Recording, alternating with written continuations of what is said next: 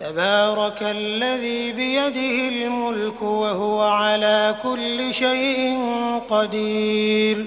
الذي خلق الموت والحياة ليبلوكم أيكم أحسن عملا وهو العزيز الغفور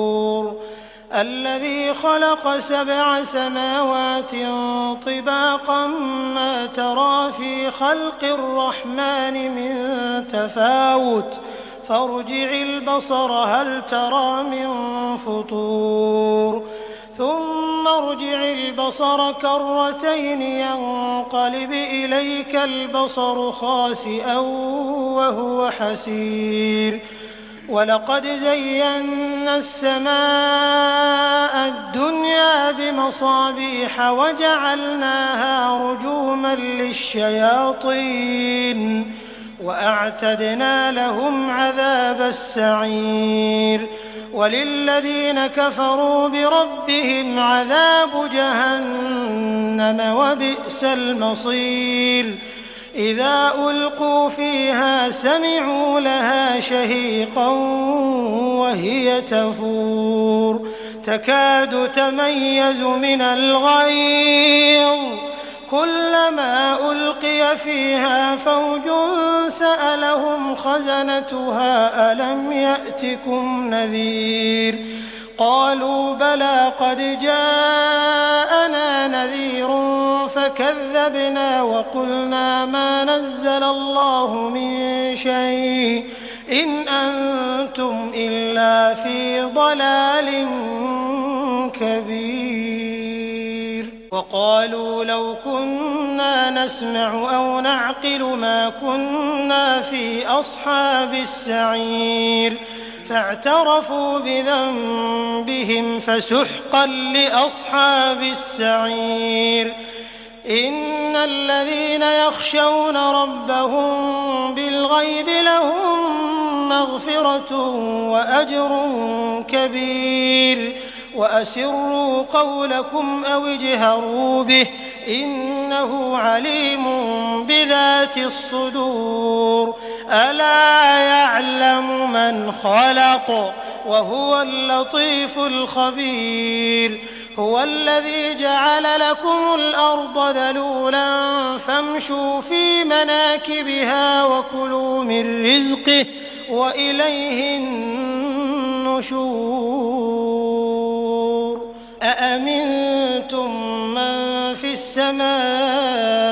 أن يخسف بكم الأرض فإذا هي تمور أم أمنتم من في السماء أن يرسل عليكم حاصبا فستعلمون كيف نذير ولقد كذب الذين من قبلهم فكيف كان نكير أولم يروا إلى الطير فوقهم صافات ويقبضن ما يمسكهن إلا الرحمن إنه بكل شيء بصير أمن هذا الذي هو جند لكم ينصركم من دون الرحمن إن الكافرون إلا في غرور أمن هذا الذي يرزقكم إن أمسك رزقه بل لجوا في عتو ونفور أفمن يمشي مكبا على وجهه أهدى أمن يمشي سويا على صراط مستقيم قل هو الذي أنشأكم وجعل لكم السمع والأبصار والأفئدة قليلا ما تشكرون قل هو الذي ذرأكم في الأرض وإليه تحشرون ويقولون متى هذا الوعد إن كنتم صادقين قل إنما العلم عند الله وإنما أنا نذير مبين فلما رأوه زلفة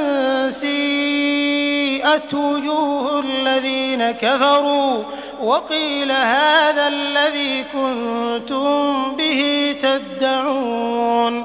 قُلْ أَرَأَيْتُمْ إِنْ أَهْلَكَنِيَ اللَّهُ وَمَن مَّعِيَ